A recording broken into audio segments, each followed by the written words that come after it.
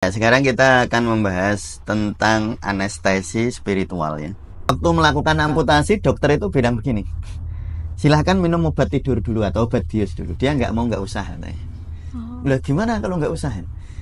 Ya pokoknya kamu ini aja, saya dipotong aja, saya mau berzikir kepada Allah. Nah, lalu dipotong dan tanpa bius. Semua tunduk di dalam singgasana cinta. Nah, ini rumusnya ya, perhatikan betul rumus ini. Kalau aku perhatikan, mengapa ibu kalau sakit tersenyum gitu? Padahal kan sakit gitu. Nah, jawaban Robi Al-Adawiyah ini, jawaban seorang sufi. Tidakkah kamu tahu bahwa rasa sakit ini adalah surat cinta kekasihku? Nah, sujud bersama egonya. Nah, sujud bersama egonya.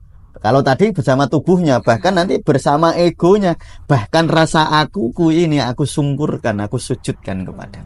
Semakin dalam dia, semakin bersungguh-sungguh bersyariat, semakin dalam berhakikat, kemungkinan mendapatkan makrifatnya semakin besar. Jalaluddin Rumi ya, itu bilang begini nih, ngendika begini.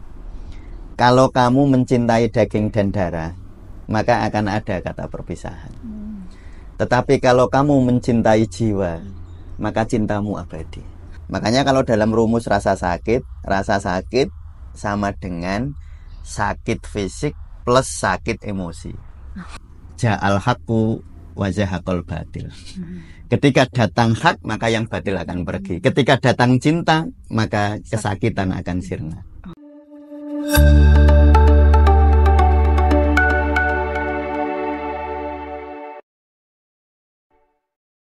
Assalamualaikum warahmatullahi wabarakatuh. Waalaikumsalam warahmatullahi wabarakatuh. Halo teman-teman, jumpa lagi di sesi ngobati ngaji pengobatan sufi channel YouTube Tasawuf Indonesia. Minggu kemarin kita telah membahas beberapa ibadah yang berpotensi menjadi suatu terapi ya. Nah, untuk hari ini kita akan membahas tentang apa, Pak? Ya, sekarang kita akan membahas tentang anestesi spiritual ya. Anestesi spiritual. Anestesi itu nganu. Sekarang kita akan membahas tentang anestesi spiritual ya. Anestesi spiritual. Anestesi itu nganu Kak, mengurangi rasa sakit ya. Misalnya ada orang mau operasi kan di anestesi dulu. Jadi istilah anestesi itu pengurang rasa sakit. Dan rasa sakit itu seringkali sebenarnya bukan fisiknya yang sakit, tapi sebenarnya psikologisnya yang sakit. Misalnya contohnya gini Kak. Kalau orang takut, dia ambang rasa sakitnya itu turun sehingga dia gampang merasakan sakit. Jadi semakin takut seseorang, semakin mudah dia merasakan sakit. Makanya kalau dalam rumus rasa sakit sama dengan sakit fisik plus sakit emosi. Ya, saya ulangi ya. Jadi rasa sakit itu sama dengan sakit fisik plus sakit emosi. Nah, sakit fisik itu seringkali sebenarnya tidak menderitakan. Ya tetap sakit, tetapi nggak terlalu menderita. Yang sering menderitakan tuh sakit emosional. Jadi contoh itu tadi ya. Ini contoh, misalnya ada orang semuten. Ya semuten itu ya tetap nggak enak kan semuten ya. Tetapi ketika seseorang itu was-was khawatir tentang semutennya, maka semuten ini akan lebih terasa sakitnya. Rasa tidak nyamannya bertambah. Jadi itu kita harus, makanya kalau lihat dari rumus tadi ya, rasa sakit sama dengan sakit fisik plus sakit emosional. Nah, kita nanti kalau di dalam tasawuf kita akan fokus ke sakit emosional ya. Kalau sakit fisik tentu ada teknik-teknik macam-macam ya. Misalnya dari kedokteran bisa, dari kedokteran timur bisa ya. Dengan akupresur, dengan akupunktur atau mungkin dengan medis bisa. Tetapi nanti kalau di tasawuf kita lebih fokus ke sakit emosionalnya. Dan nanti tentu saja begini Kak, ketika sakit emosional itu berkurang, maka orang akan merasakan lebih nyaman. Dan uniknya ketika dia lebih nyaman, kekebalan tubuhnya meningkat dan nanti rasa sakit fisiknya lebih cepat sembuh. Ya, makanya saya sering dalam belasan tahun praktek itu saya sering melihat ya. Ini contoh aja. Ada orang misalnya boyok itu apa ya?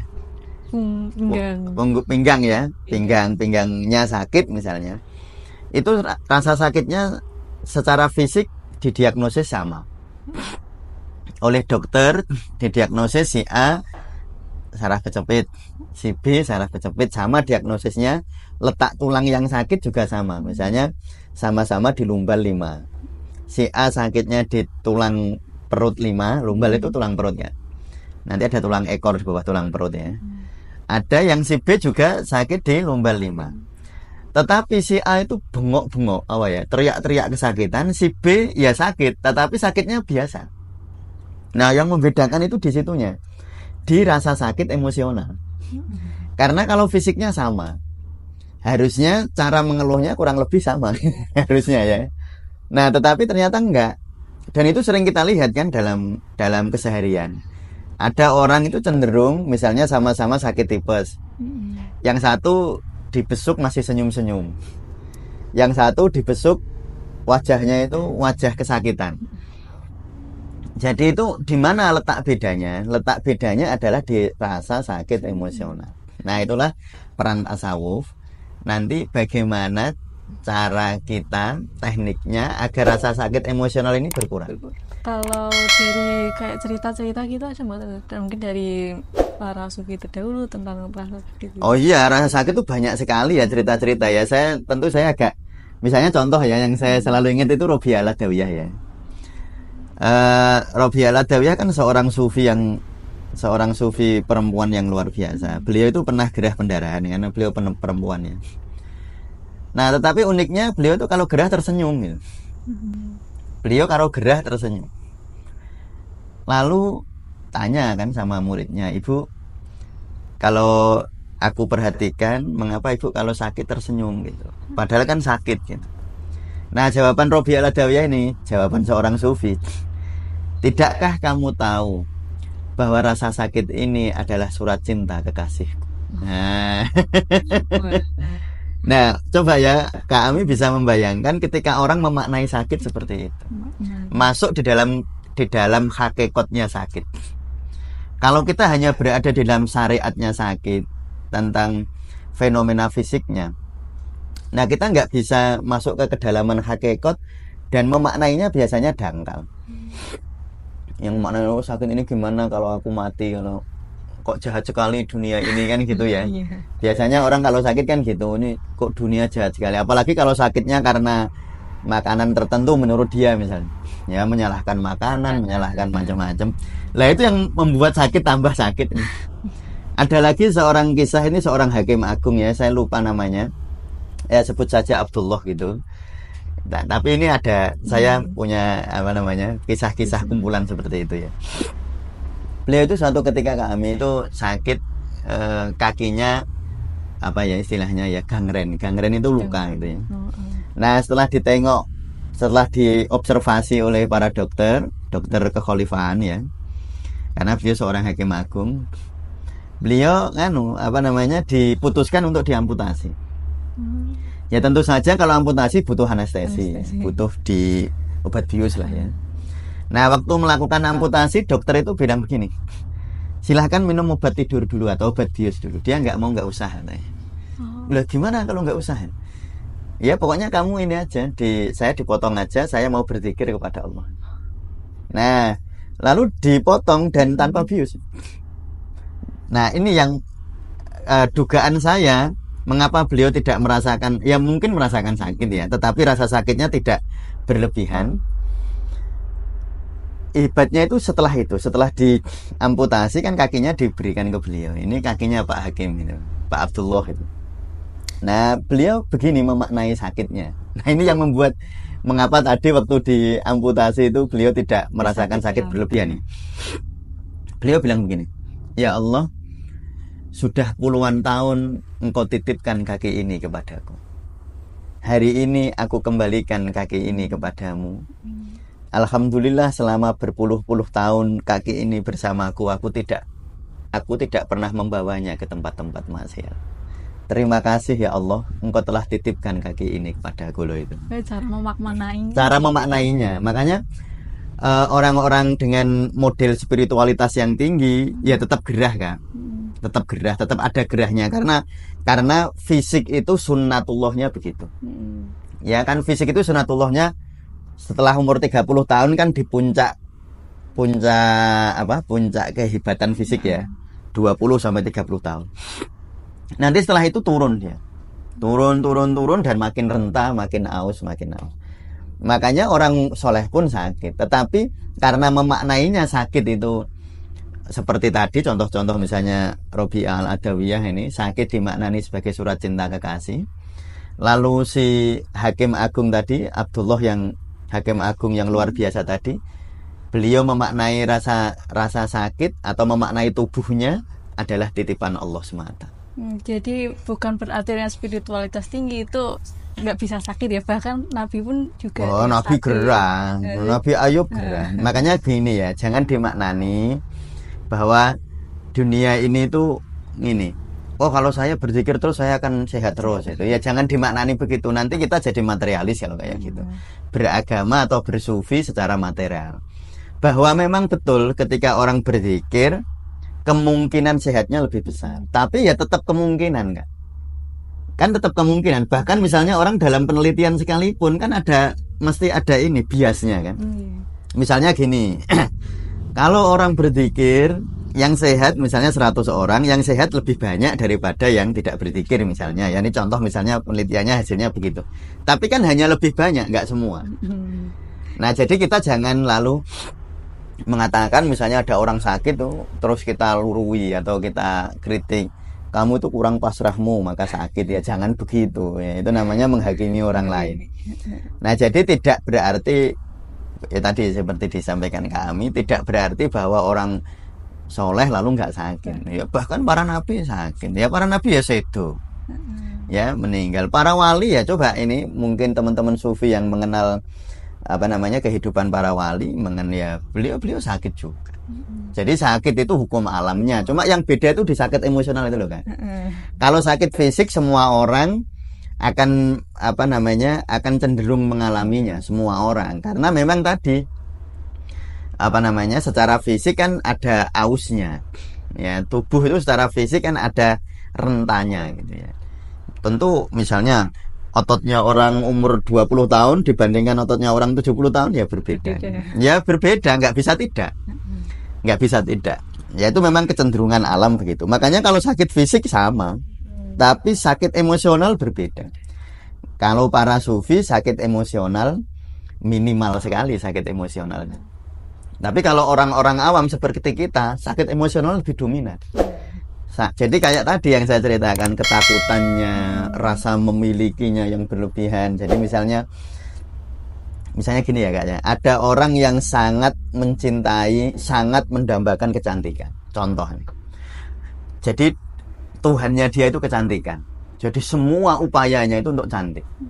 Nah tiba-tiba tergores duri di sini. Ya mungkin bagi orang yang biasa saja tentang kecantikan, dia tergores duri ya sakit ya, tetap sakit, tapi sakitnya biasa saja. Ya, tapi coba kalau yang mencintai kecantikan berlebihan, ketika di sini tergores duri, teriak-teriak bisa, ya Allah gimana ini kok pipi saya kena ini, nanti saya jelek ya, sakitnya bertambah pasti. Oh iya, dari emosionalnya itu. Iya, jadi emosionalnya itu karena harapannya atau sandaran hidupnya baik dengan apa? Kan banyak orang bersandar kepada kehebatan fisik. Misalnya yang banyak ini contoh ya, orang itu bersandar kepada berat badan. Berat badannya naik dia menderita, berat badannya turun dia gembira. Nah makanya orang seperti itu ketika berat badannya naik ya bisa teriak-teriak. Lihat timbangan aja teriak-teriak. Waduh ya Allah gimana ini kok berat badan saya naik gitu ya, dia teriak-teriak. Jadi berat badan menimbulkan rasa sakit. Ya jadi itu tadi. Jadi sebenarnya rasa sakit itu ya ada dua tadi ya kayaknya. Rasa sakit fisik, yang kedua rasa sakit emosional. Dan yang kita nanti dalam konsep-konsep kesufian yang kita perhatikan adalah rasa sakit emosional. Nah sehingga bagaimana para sufi mengurangi rasa sakit emosional, karena rasa sakit emosional itu sebenarnya ilusi. Kalau rasa sakit fisik ya jelas sakit fisik, yang kamu dijiwit ya sakit ya, dijiwit sakit, berdarah sakit gitu. Itu memang objektif, memang sakit. Tetapi rasa sakit emosional itu ilusi. Nah sehingga karena itu ilusi, bohongan lah. Ilusi itu gampangannya itu hanya bohongan. Ketika seseorang memaknainya berbeda, nanti bohongannya hilang. Ya seperti tadi, ketika Robiah Al-Adawiyah memaknai sakit sebagai cinta, sebagai surat cinta, atau Hakim Agung yang memaknai tubuh sebagai miliknya Allah, bukan milikku, kapanpun diambil saya siap, gitu. Ya rasa sakitnya berkurang, ilusi tadi akan hilang. Itu kan beda-beda. Jadi kalau si A, kalau rasa sakitnya secara fisik ya secara objektif sama lah. Misalnya sama-sama kena peso dengan ukuran luka 2 cm misalnya, dengan kedalaman misalnya 2 mili misalnya, rasa sakitnya sama. Yang beda ya tadi memaknainya atau rasa sakit emosionalnya. Yang berbeda di sana. Nah, sehingga ketika seseorang mampu memaknai lebih dalam atau rasa agamanya lebih dalam, maka rasa sakit emosionalnya berkurang. Jadi rasa agama itu gini lah. Agama itu kan kalau di dalam tasawuf ada tiga dimensi ya. Satu dimensi syariat. Dimensi syariat itu orang sholat, ya sholat saja secara syariat, tetapi tidak memaknai sholatnya. Ujian materinya. Ya, jadi dia secara fisiknya aja sholat itu. Tetapi hatinya tidak tahu maknanya apa. Memaknainya dia nggak tahu. Apalagi makrifatnya. Nah, semakin orang semakin ke dalam hakikatnya, karena hakikat itu ibarat kedalaman yang nggak bisa dijangkau oleh. Jadi kita itu bisa berhakikat semakin dalam, yang nggak ada ininya, nggak ada ukuran kedalamannya. Jadi kita itu semakin dalam berhakikat, ya. Misalnya orang sholat ini, kedalaman hakikat itu gini. Ada orang misalnya ketika sujud, dia memaknani sujud ya. Sujud ini sebagai saya diperintah Allah sujud, saya ya sujud gitu. Nah, dia memaknainya begitu. Ya tentu sangat indah sudah memaknai seperti itu. Nanti ada orang bersujud itu lalu dia memaknainya, aku memasrahkan seluruh kehidupan saya, hidup mati saya sungkurkan semua materi ini di hadapan Allah. Jadi diajak sujud seluruh tubuhnya ini, termasuk misalnya pangkat kedudukannya yang mungkin rentetannya banyak sekali. Diajak sujud rumahnya, diajak sujud pangkatnya, bahkan diajak sujud kesehatannya. Jadi ketika sujud dia, ya Allah saya ini rapuh. Daging darah yang engkau titipkan ini suatu saat akan engkau ambil. Hari ini aku ajak daging darah ini untuk tersungkur sujud kepadamu. Derek kersane jenengan pun. Nah, ikut kepadamu, terserah kemana engkau akan menakdirkan tubuh saya ini, atau menakdirkan daging dan darah ini. Kan memaknainya ya, sujud bersama egonya. Nah, sujud bersama egonya. Kalau tadi bersama tubuhnya, bahkan nanti bersama egonya, bahkan rasa akuku ini aku sungkurkan, aku sujudkan kepada. Ya kan semakin dalam kan. Dan setiap orang memiliki makna yang berbeda. Ya, tergantung konteks-konteks ingatan-ingatan masa lalunya. Nah, sehingga ketika orang itu semakin dalam, maka kemungkinan mendapatkan makrifat. Makrifat itu kan rasa yang muncul saat memaknai itu. Jadi makrifat itu rasa yang muncul saat orang bersyariat dan berhakikat. Buah dari syariat. Buah dari syariat dan hakikat, nanti munculnya makrifat. Nah, secara logika semakin dalam dia, semakin bersungguh-sungguh bersyariat, semakin dalam berhakikat, kemungkinan mendapatkan makrifatnya semakin besar. Nah, kemungkinan itu mengapa saya sebut kemungkinan? Karena makrifat itu hadiah, nggak bisa diikhtiar. Ya kita hanya, ya para pejalan sufi itu hanya berjalan di jalan syariat hakikat. Kalau makrifat ya nanti tergantung Allah lah mau dikasih apa enggak. Tapi kalau bersyariat kita bisa ikhtiari. Oh, cara wudhunya seperti podcast kemarin ya, memaknai air bagaimana cara berwudhu. Nah, atau misalnya sholatnya dimaknani lebih dalam ketika sholat.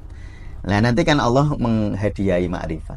Kemungkinan dihadiahinya lebih besar lah gitu. Ya seperti ginilah kan. Pegawai yang bersungguh-sungguh, karyawan yang bersungguh-sungguh bekerja itu paling mungkin dikasih bonus sama bosnya. Walaupun nggak bisa dikatakan pasti dapat bonus lah ya. Tapi kemungkinan dapat bonusnya kan lebih besar. Ya kemungkinan dapat bonusnya. Jadi makrifat itu begitu ya. Nah, jadi ketika seseorang memasuki dunia hakikat semakin dalam, maka rasa sakit emosionalnya akan berkurang. Itu sepertinya juga bisa diterapkan bukan sakit fisik aja, Dok. Misalnya ketika ada orang yang lagi putus dengan pasangannya, kekasihnya, ya, itu betul mungkin sekali. rasa sakit hatinya bisa. Iya betul. Misalnya ada orang sedang, ya kemarin misalnya saya ngaji itu ada ibu-ibu yang datang nangis karena ditinggal suaminya meninggal. Nah itu kan rasa sakitnya mungkin setiap hari rasanya lemes kan. Ya secara fisik ya akan ada keluhan. Secara psikologis ya lebih dominan secara psikologisnya. Dan itu bisa, ya sangat bisa dilakukan terapi secara sufi, yaitu ketika orang memaknai tadi, memberi makna terhadap kehidupan. Misalnya ini contohnya saya bilang begini. Ini uniknya, ada Jalaluddin Rumi ya, itu bilang begini nih, ngendika begini. Kalau kamu mencintai daging dan darah, maka akan ada kata perpisahan. Tetapi kalau kamu mencintai jiwa, maka cintamu abadi. Nah, makanya terus ibu tadi bilang, saya tanya, apakah ibu hanya mencintai daging dan darahnya? Kalau ibu hanya mencintai daging dan darah, entah sekarang atau nanti akan berpisah. Dan waktu berpisah bukan dalam kendali kita. Ya, ada yang waktu berpisah, misalnya ibu saya berpisah dengan bapak saya situ umur 45, ibu saya umur 37. Waktu berpisah ya terserah Allah, yang kita nggak tahu. Nah, tetapi kalau kita mencintai ruhaninya, mencintai ruhnya, cinta itu abadi. Cinta itu akan abadi. Nah, itu kan lalu kalau orang memahami betul-betul dihayati waktu sujud, ya Allah, jadikan hamba ini mencintai ruh suami saya, bukan mencintai daging dan darah saya ya Allah, bukan mencintai daging dan darahnya saja ya Allah. Nah itu nanti kan luruh itu rasa. Bahkan ada orang overthinking itu ya gitu. Kalau overthinking kan biasanya overthinking dilawan dengan logika kan, gitu. Ngobati overthinking kan gimana ya Ustaz caranya? Dengan berpikir lagi lah. Kalau kita pas overthinking lalu kita mengelawannya dengan thinking yang lain, ya semakin overthinking. Makanya sebenarnya ya kalau saya mengobati overthinking itu, mungkin ada podcast dulu pernah saya bahas itu. Ya biarin aja pikiran berpikir, kan memang tugasnya pikiran. Coba bayangkan gini ya, tugasnya jantung kan berdetak. Kalau nggak berdetak namanya jantungnya ya nggak sehat. Tugasnya paru-paru mengembang mengempis, menarik oksigen, membuang CO2. Nah itu tugasnya paru-paru. Nah tugasnya pikiran ya mikir. Makanya kalau orang overthinking, saya ajak bersyukur bahwa pikirannya masih berfungsi gitu. Jadi kan mengambil hakikatnya kan. Kalau mengambil secara fisiknya, secara jumlah dan gangguan yang terjadi ya nggak enak memang. Overthinking jadi nggak bisa tidur ya. Coba masuk ke dalam dunia hakikatnya, ya, memaknainya ini. Ya memang tugasnya pikiran mikir. Ya sudah ya biarin mikir. Ya malah bersyukur, alhamdulillah ya Allah pikiran saya masih berfungsi. Nanti uniknya itu loh gini. Sebenarnya gini Kak, sesuatu itu ketika kita cintai, kan kalau dimaknai kan lalu menimbulkan cinta yang lebih subtil ya, cinta yang lebih suci gitulah kira-kira. Dan ketika sesuatu dicintai, dia akan tunduk karena rumus ini termasuk rumus ya yang selalu saya ulang-ulang karena ini premis terpenting di dalam dunia sufi, termasuk dalam dunia pengobatan tasawuf ya. Itu saya memegang premis dari Jalaluddin Rumi. Premis itu artinya hipotesis hukum dasar lah ya, hukum dasar. Saya ambil dari Jalaluddin Rumi. Beliau bilang begini, semua tunduk di dalam singgasana cinta. Nah, ini rumusnya ya, perhatikan betul rumus ini. Rumus semua tunduk di dalam singgasana cinta. Maka ketika seseorang mencintai sesuatu yang dicintai itu tunduk. Dan tunduknya adalah tunduk yang positif gitu, bukan tunduk yang dipaksa. Memang betul-betul tunduk secara ruhaniah. Contoh tadi kasus overthinking misalnya ya. Nah, kasusnya overthinking. Kalau ketika orang overthinking kan biasanya orang marah sama thinkingnya, sama pikirannya. Lah semakin dimarahin kan dia lalu mencari cara kan biar nggak overthinking. Lalu terjadi berantem lagi antara thinking yang satu, pikiran yang satu dengan thinking yang lain. Berantem. Ya sok-sok menang sih. Sok-sok oke gitu. Tapi ya besok gitu lagi. Memang orang kalau perang, kalau prinsipnya perang, yang kalah nanti mencari cara biar menang, yang menang nanti mencari cara biar tidak dikalahkan. Ya pokoknya akan selalu berantem. Nah, kalau di dalam sufi tadi rumusnya semua tunduk dalam singgasana cinta. Nah, sehingga ketika seseorang mencintai pikirannya nanti tunduk kok. Nah, saya itu dulu pengalaman overthinking bertahun-tahun ya. Dan ternyata cara yang indah yang mencintai pikiran. Jadi waktu dia overthinking ya saya bersyukur, saya cintai. Ya alhamdulillah masih bisa mikir. Nah, ketika saya mencintai itu tadi rumusnya. Jadi semua tunduk di dalam singgasana cinta. Nah, ketika engkau singgasanakan cinta di dalam hatimu, pikiranmu jadi manut sama kita, ya sama tunduk. Seperti seorang suami makanya seorang suami yang sangat mencintai istrinya, maka istrinya akan bukan tunduk dalam arti negatif dikuasai ya, maka istrinya akan bersedia untuk seia sekata di dalam suka dan duka. Kalau orang tua juga begitu tulus mencintai anak, nanti anak juga akan manut sama dia. Dalam artian manut yang positif, bukan manut yang negatif, tetapi anak akan seia sekata dengan kita. Nah, itulah premisnya yang sangat penting ya di dalam dunia sufi. Bagaimana cara kita mengurangi rasa sakit, yakni dengan memberi makna yang lebih dalam. Dengan makna yang lebih dalam itu, maka akan timbul cinta. Nah, ketika ada cinta yang muncul seperti cahaya, ja'al haqqu wa zahaqal batil. Ketika datang hak, maka yang batil akan pergi. Ketika datang cinta, maka kesakitan akan sirna. Nah, itu saya kira kan. Terima kasih ya Mbak, sama-sama. Sangat itu untuk kita semua di bulan Ramadan ini.